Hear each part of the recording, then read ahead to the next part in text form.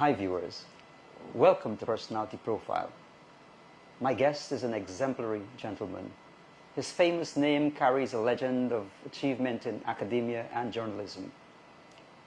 While he chronicles the history of Guyana through his writing, history will remember him for his contributions. In the studio is a Guyanese icon, a legend in his league, the Guyana Chronicle'S Columnist Freddie Kissoon. Freddie, I want to thank you for this opportunity.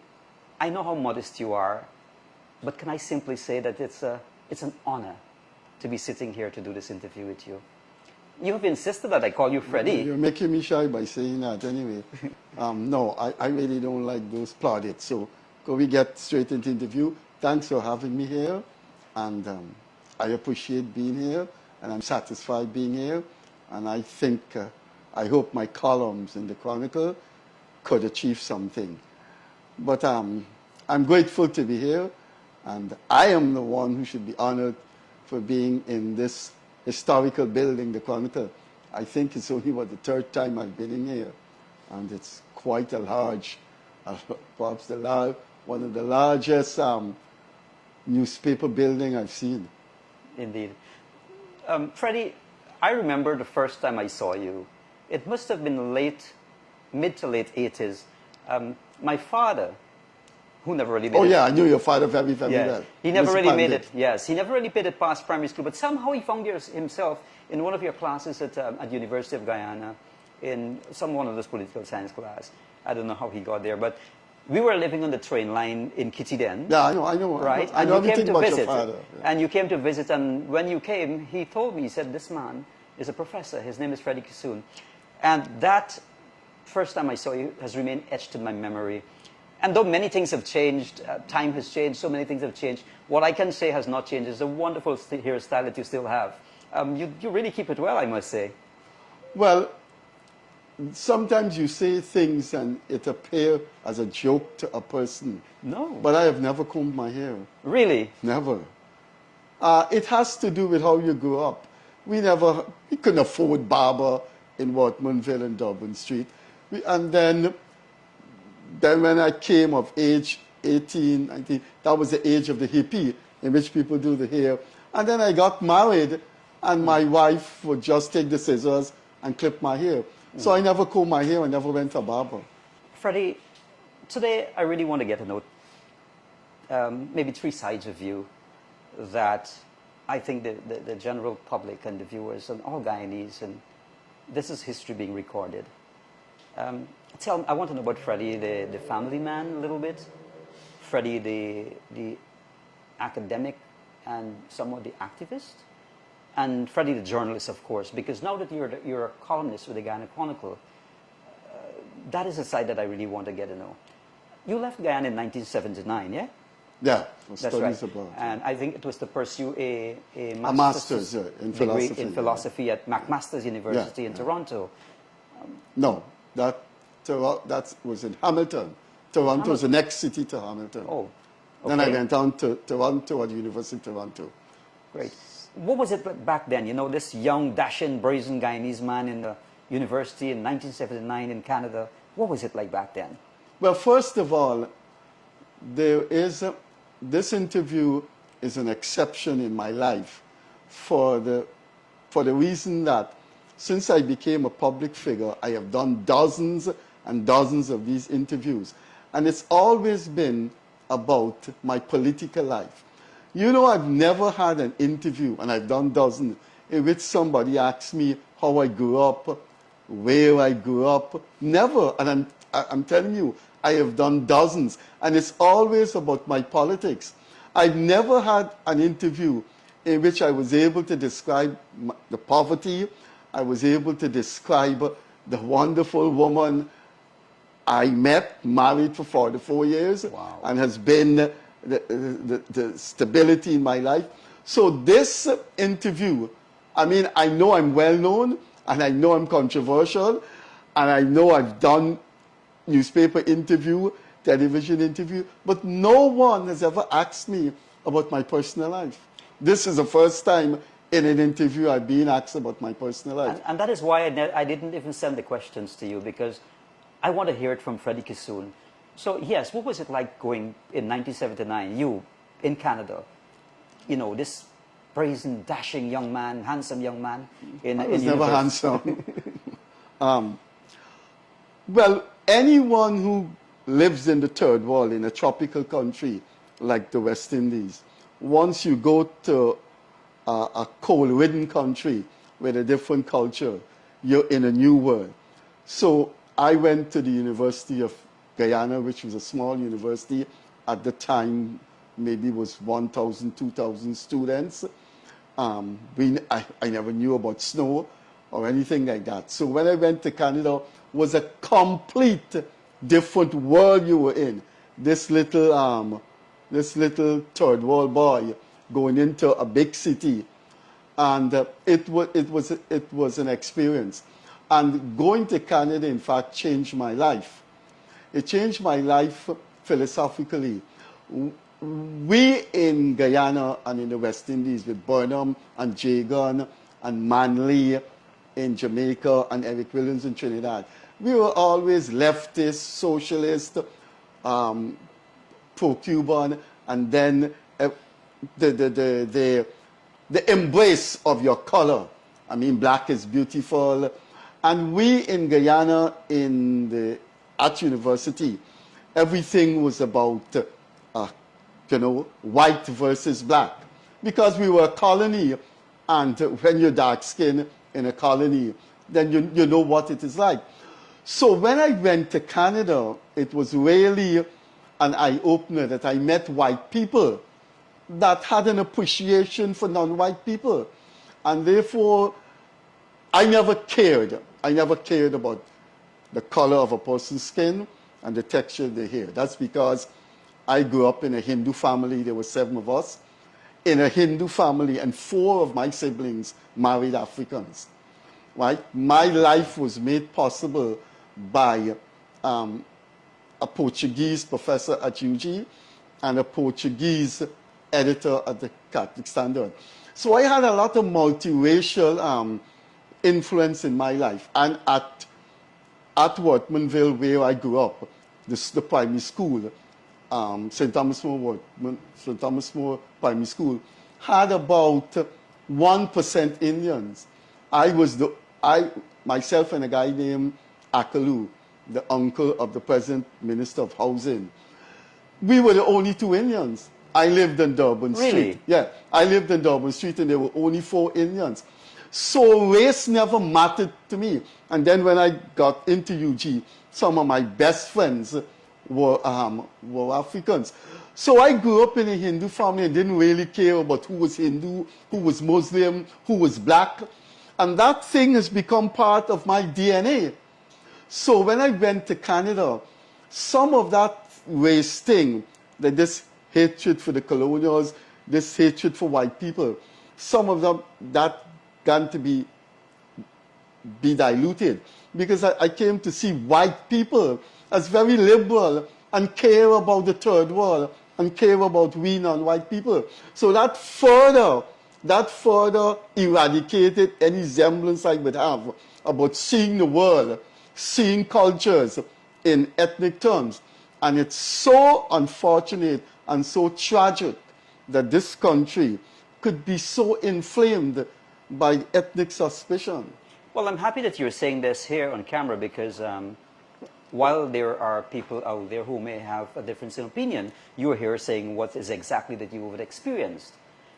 Freddie, you competed for a scholarship, worldwide competition for the scholarship, and you won. Is that true? Yeah, when I went to McMaster's, I wanted to do my doctorate, and the University of Toronto was advertising scholarship to do philosophy, and you had to compete all over the world, and you had to write an essay. And I think what may have helped me is I wrote an essay on international relations and foreign policy in small third world countries. And maybe that evoked some sympathy, but I won the scholarship. I competed with the whole world, yeah. Actually, the whole world. it was an open global scholarship. So there were people from United States, Nigeria, everywhere competing for this University of Toronto scholarship. I don't know why I won it, but I did. Commendable is an understatement, but I can't, even today, I must commend you on that. I mean, imagine competing against the world and this young man from Guyana wins a scholarship. How did that go, though? I don't know how it went. I know I was elated because after McMaster, there was no, I went on a scholarship to McMaster, and then was it. That was it. And when the University of Toronto scholarship came, I mean, it was the opening to do my doctorate. And did you complete it? No, I didn't complete the doctorate for what I had one more year. But my heart has always been in revolution. My heart has always been in the third world. I am a third world boy.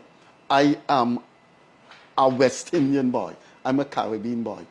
The Prime Minister of Grenada once had a relationship with my sister in Barbados.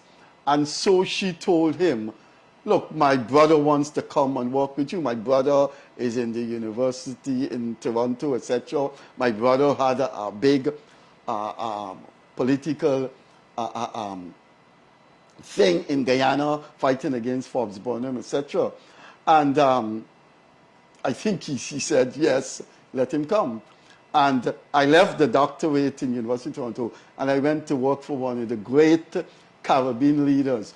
If you ever seen a leader that is charismatic, when people look at Bill Clinton and they look at Imran Khan in Pakistan, one of the most handsome, one of the handsomest, charismatic leader you could ever imagine looking at was the former Prime Minister of Grenada, Maurice Bishop. Of course, you know, he died, he was executed by his own.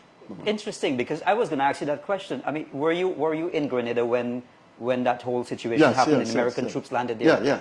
I was in my house. Walter Rodney's brother was visiting me, and the invasion happened right there. So he couldn't leave to go back to his home. So we spent 2 weeks in my home, and the shooting all around my house, and one Cuban soldier died outside of my home. Wow. That must have been terrifying. Yeah. It was sad, but most of all, I think the saddest part is that I worked for Bishop personally. My role was to advise the Grenadian government on foreign policy. So I worked closely with Bishop and his foreign minister. And I could tell you, I know I was too small to understand how Dr. Chetty Jagan and Forbes Burnham mesmerized people. I didn't have that experience when they walk in a room and when they speak at a meeting. But I'll tell you this, one of the greatest tragedies in the Caribbean is the loss of Maurice Bishop. This guy was just an imposing figure and meant well. You mentioned the brother of Walter Rodney. Yeah, he stayed in my house. Yeah. So it brings me to the next question. June 13, 1980. That is a day that history has recorded. It has changed the face of politics in this country. Were you in Canada then when that happened? And I was studying at McMaster when he got killed. Yes, and what was your reaction to that, Freddie? Well, I think when you grew up under Burnham, when you grew up, look, no one of some substance in Guyana was not affected by we'll come up to how I felt about March 2020 elections. But no one of some kind of substance, university lecturer, university student, was not affected by what was going on in Guyana and how, they used to rig the student elections at UG. And I was like a barricade against that. And one night the election was rigged. And the last bus for UG was 11:30. So I would come home, the last bus. And those people attacked me when we reached the corner of Lamaha-Vicinity Road and literally threw me out the bus. And I spent 2 weeks at a hospital that no longer exists. But you guys are too young to know that hospital. It's at the corner of Cole Street and Common Street. Right at the corner of Cole the name of the hospital was Ishwi Singh Hospital. It's a huge building now falling apart. So, were you that injured? yeah, I spent 2 weeks in the hospital. And of course, we were very poor then. So my family had to beg for money somehow or the other. And want me to go into Ishwi Singh Hospital. But you have to understand, so when Rodney died, and you're away, and you come from those kinds of circumstances, you were very, very aggrieved. I think most Guyanese in Canada and on the campus were very, very depressed when they heard he died, because people felt that together with Chedi Jagan, there was an opening to bring back Guyana to democracy and free and fair election, but then he got killed. So that was a double whammy for me. I love Maurice Bishop. I worked with one of the most charismatic prime minister the Caribbean will ever produce, Maurice Bishop. And I was in my home when I heard he was executed. And then I knew Rodney. And I was at school and university when I heard that he was assassinated too. So those are some political dramas in my life. Yes. And you know, as you rightly said when we were beginning this interview, that no one has really asked you much about your life. It's all been but the politics. So we're going to continue that same vein. When you were at university... You see, I'm not talking about my life. Yes, I'm talking... Yes. I'm not given a chance to talk about how I grew up in poverty and what. Yes, yes. We've gone into the politics. Yes, indeed. And this has been all the interviews I've done over the past 30 years. I just wanted to get your reaction to someone who was very close and dear to you, which was Walter Rodney. But while you were at university, rumors has it that is where you met this love of your life. Is that true? No. Yeah. I met my wife here and married her. Here what happened. I graduated with the best graduating student at UG, and I got the President Medal and 5 other awards. And Mr. Burnham was a very vindictive man. At that time, I was very popular at UG, very radical. And I graduated with, at that time, with the most awards for any student, including the President Medal. And Mr. Burnham refused to employ me. I went to every place, the Ministry of Education, and the Minister of Education was a man named Vincent Tika. He got killed. And I said I knew him when I was a young 16-year-old boy in the PPP. And I said to him, man, I graduate with phenomenal colors at UG. And everywhere I go, I can't get a job. I went to the chief education officer. I'll never forget that. And she said to me, oh God, I wish I could grab you up. Because she knew, and that was it. So I went to Vincent Tika, and I'd always never forget what that man said to me, the conversation. He said, in my vein, there is socialism. I'm a socialist man. But in your case, there's nothing I can do. And then I applied to the banks, and I applied to the United States Information Service. And there was a guy called Basil Hines. All of you here in this room, when this interview is being conducted, wouldn't know those days. Basil Hines was a very famous name, and you had the U.S. Embassy, but the U.S. Embassy had a service for Guyana called United States Information Service. So it had a big library called the John F. Kennedy Library. It's at the corner of North Road and King Street. But that's gone now, but the building is there. And he said to me, I like your curriculum vitae. Yeah, but I am not going to employ you because I work with an embassy and we don't want any problem with Mr. Burnham. I applied to the Royal Bank of Canada. It's now called Republic Bank. And they said to me, well, why are you applying here? From your CV, you should be teaching, you should be... And I said, no, I was denied the teaching. Stupidly, I said, no, I can't find a teaching service job. And the guy left and told me to wait in his room. And he left. And when he came back, I don't know who he consulted. He said, no, we wouldn't want to employ you. And so I used to go on the seawall. I grew up on the seawall. My father worked at St. Stanislaus College as a groundsman. So from 10 years, I would stray on the seawall. One of the distinctions I have in this country, there are 1 million Guyanese outside. and there are 800,000 Guyanese in. Of that 1,800,000 Guyanese, none of them know the seawall better than me. No living Guyanese knows the seawall better than me. Up to this day? Up to this day.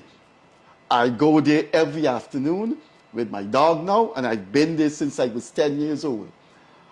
My father was a groundsman for St. Stanislaus College, and that was near to the seawall. And so I would go, keep his company, skip school, and walk all over the seawall, from Kingston right down. I remember one time there was a big fuss and everybody ran in, and I ran with them. They found the body. They found the body by the Kingston, by the pump station, which is now the roundabout, and she was a famous dancer named Dolly Bash. I remember that, yes. Sammy Bash's sister. Yeah, the famous singer, right. So I know the seawall. So I used to go there, and I couldn't get a job in 78. And I used to go by the Laku swimming pool. And she worked at Guyana Pharmaceutical Corporation, right next to Laku swimming pool, my wife. And I just say hi, and I called out to her. She was going in, and we started to chat. And about 6 months, that was 78, and about a few months after, we married in 78, and I've been married to her since then. My wife is my world. She is.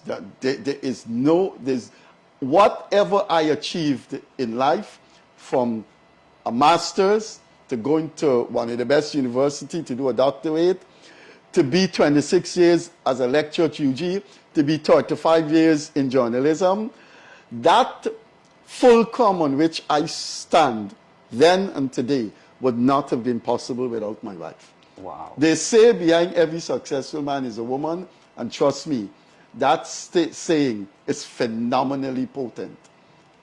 I would come home with blood in my head. I would people throw miasmic substance in me, all my face.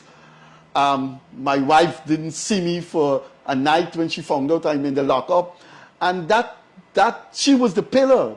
So you go into prison, people beat you up, and then you go home knowing someone is there to look after you. And that has been my life with Janet Mohammed.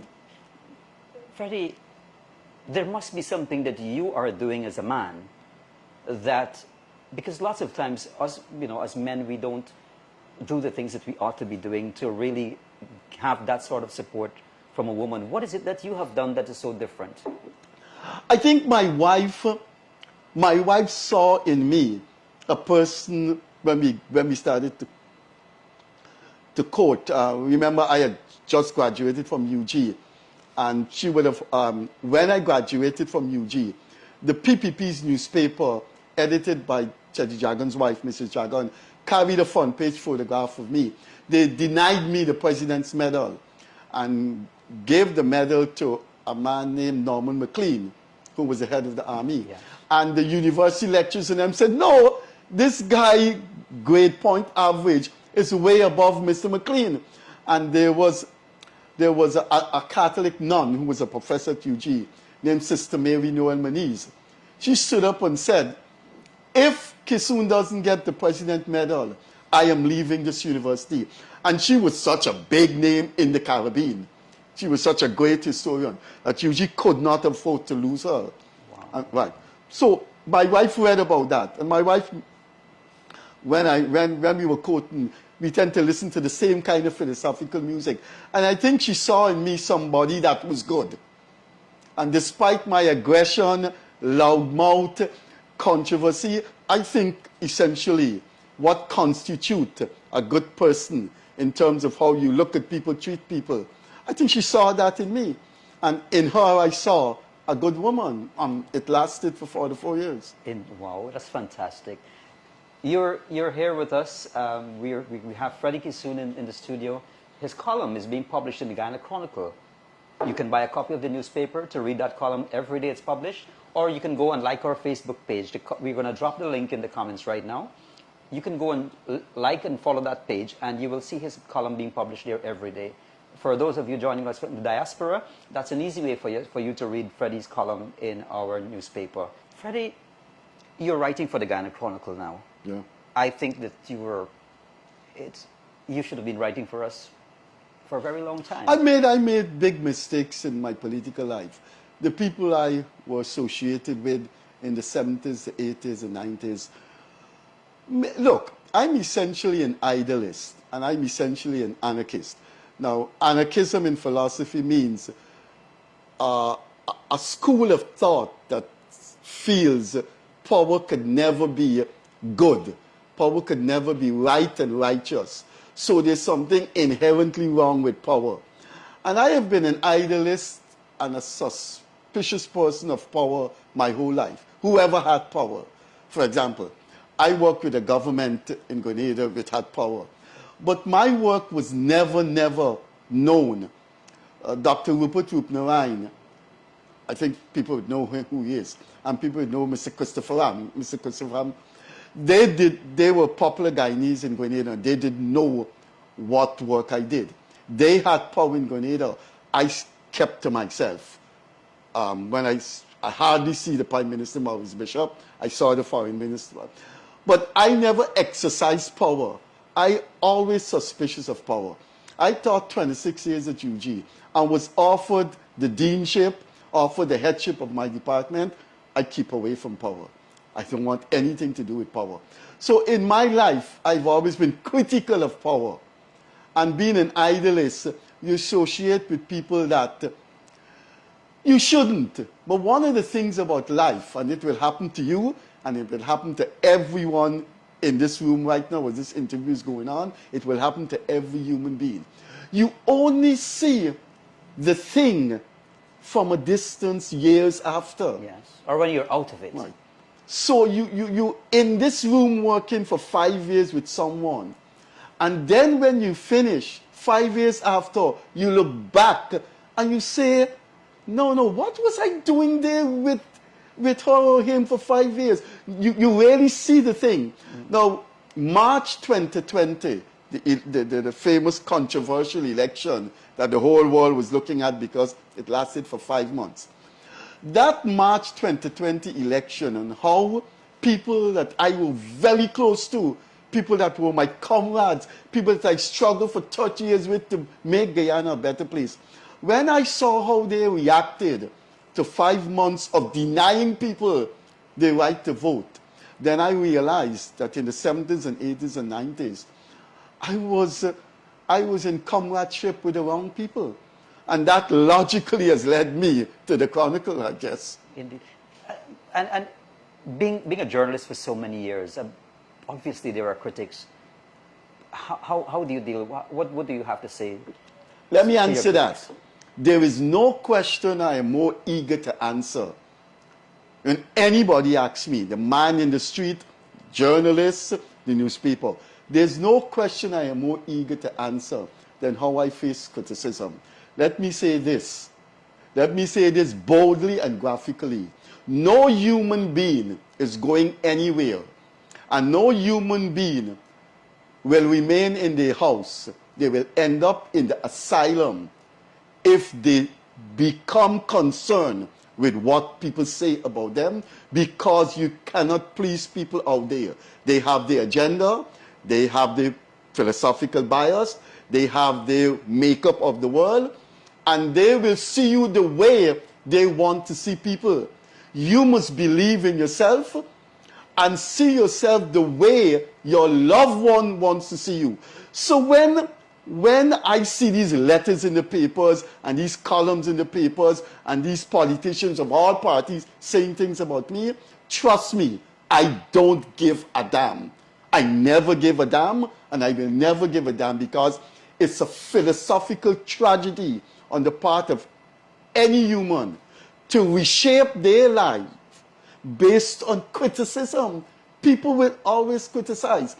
The second part of that answer is, look, I am going to put my hand on this table, knock the table, and say, most shamelessly, most unapologetically, I will, in this interview, beat my own drum, because no one in this country is going to beat your drum for you. No one is going to concede that you have done great things. So you have to say and tell people the great things you have done. Indeed. And I have done tremendous good for people that have never found the limelight, that never found itself in the newspapers. And I am peaceful in myself because I know I have done good. I have stood up from the time I was 16 and fought people who discriminated against my father because of his color, discriminated against my relatives, discriminated against my fellow Guyanese because of color, because they belonged to a religion that they claim worship different gods. And I have stood up since I was 16 and fought those people that were powerful and people afraid to confront them. The Portuguese class, the mulatto class, and those kinds of things. There are people who in this country have a history of being known to be democratic, you know, but you examine their contributions, you examine their balance sheet, and they have their preferences. They have their preferences based on class and color. You know, I consider myself a middle-class man. Yeah. You don't drive a car, you don't live the house I live in, have the job that I have. I went to 3 universities, you know, so I'm a middle-class man. But let me tell you this. In my life, I have always associated with the ordinary people. You see those 26 years I spent at UG, all the names I have known in my life, I have never associated with those people. I know a man at a very, very personal level, Akash. At a very personal level. We are dear friends. His name is Nazar Mohammed. He's called Shell. I've known Shell very close and personal. Shell is one of the richest men in the Caribbean. And that man could tell you how many times I have asked him for anything. And if I go in there and ask him for anything now, I could go into Shell and say, please buy a car for me. And I don't socialize with Shell. I hardly see Shell. And that's my life. I hardly associate with people up there, and people that all my life, my friends have been ordinary people. I have stood fast and loyal to the class I belong to. I'm a working class boy from Workmanville on Dublin Street in South Georgetown, and I've been faithful to that class. Now, you ask anybody in this country, from the president right down to the cabinet ministers, right down to the people in the media, if they've ever seen Freddie Kissoon dining at the Pegasus, dining at the Marriott, dining anywhere, there is a big book launching, and all the creme de la creme of the Guyanese society is there. I'm not there. My father was one of the greatest umpires in this cricket umpire in this country. You've never seen me. I have got invitation to the VIP box at the stadium for cricket. I don't go anywhere. I keep to myself, and I've never pushed myself in the company of the people that I'm happy with my wife. I'm happy with my dog on the seawall. Freddie, you talk about dining. If I may ask, what is Freddie Kissoon's favorite meal? What do you enjoy most on a Sunday morning, or for a Sunday lunch? Tell me. Look, I love my mother and father so dearly that I am revolted when people tell me to write a letter and sign somebody's name. I've had that from people in the media. When I use a kaicho, Glenal would say, man, put it for me, but don't sign your name. And I would say to Glenal, my name is Kissoon. My father was Kissoon, my mother was Kissoon. I am not going to sign no Jack Jones. So your favorite dish comes from your upbringing, your culture, what you were born into. I was born into a Hindu family, and my mother used to cook dal and rice steady. And I would say the favorite dish I like is dal and rice and saltfish. And I would tell you this, my wife could cook it very good. My second dish, I would say, that's because of the multicultural existence, I would say, is cook-up rice. any special, people have this thing with the white, like chana and cook-up rice and chicken. No, split peas cook up. That's what my mom cooked all the time. And fortunately, that's my wife's type of favorite cook up. So there was no contradiction there. You have black eye, you have red peas cook up. I like split peas cook up. This is the same thing that we call khichdi. No, khichdi is a different thing. Khichdi is a watered down cook up without coconut milk. Okay. That's the difference between khichdi and cook up. One has coconut milk. One is cooked with coconut milk. Cook up is cooked with coconut milk. If someone sells you and you eat cook up and it doesn't have coconut milk, that's a fraud. Okay. Well, I hope there aren't many frauds around, because I'm gonna be asking, does this have coconut milk in it when I go to buy cook-up rice? But I can cook also. I don't know. Maybe I'll invite you. Nobody would cook up rice and not put coconut milk. They wouldn't run that risk. Indeed. Freddie, little boy growing up in Wortmanville, you said, there weren't many little Indian boys in that area, and you were growing up there. The community loved you, from what you're saying. What was it like growing up as a little boy? You don't want to hear about that, and your viewers don't want to hear about that. You see, the problem with an interview like this is people are bound to say, no man, he's exaggerating. Freddie's amplifying the thing. But you would not believe the kind of poverty I grew up with. There were 7 of us. Tell us. There were 7 of us. I was the last one. By the time I came, the Kissoon family had no more money. My father worked as a groundsman, and he took to drinking. And a lot of the money, I grew up with 1 meal a day. The old lady cooked 1 meal a day. Good. When we leave for school, we'd have coffee and some biscuit. And then that was it until lunch. And after lunch, there's no such thing as dinner or anything like that. Now, sometimes in the morning, it's just coffee alone. I had no source of clothes. I wore borrowed clothes all my life growing up in Wortmanville. And I'm telling you, there were days you were so hungry. I lived in Dublin Street, and the back was an alley. And so we used to go and raid people guinea tree and golden apple tree to eat. I think in Guyana, and that's why I am not going to go further with this. I think in Guyana, if I describe my poverty in Wortmanville, you're bound to say, he's putting that on. You're bound to say that. People know, I know this nation. I know the diaspora. No, man. No. Freddie's into highlighting. Freddie. But I starved many days in Wortmanville.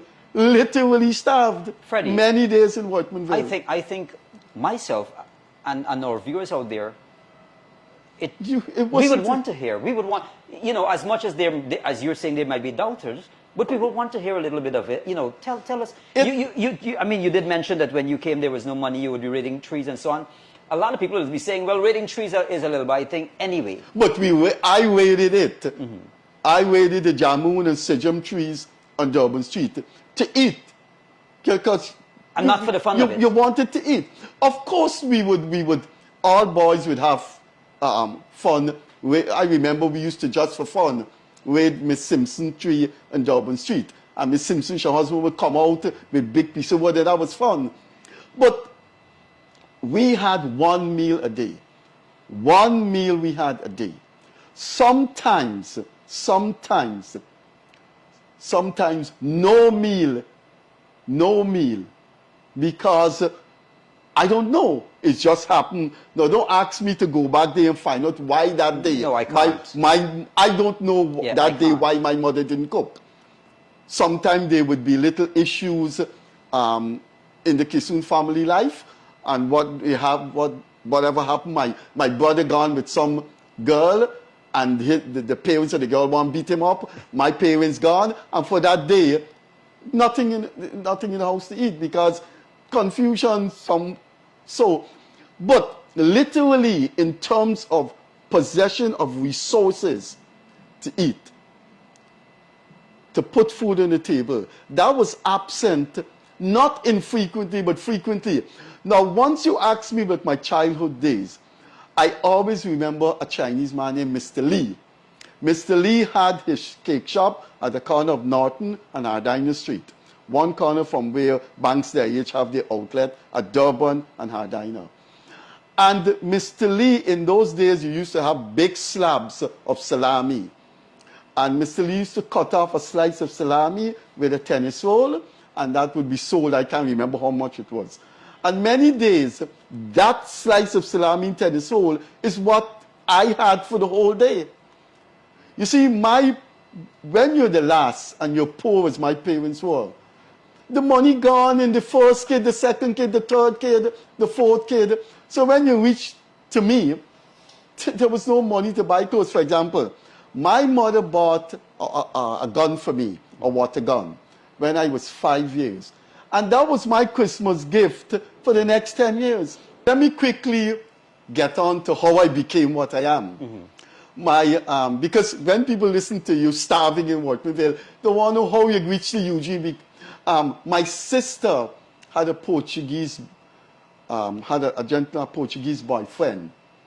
He was much older than her, about 25 years older, and he was the head of a famous place where most Portuguese people would attend to.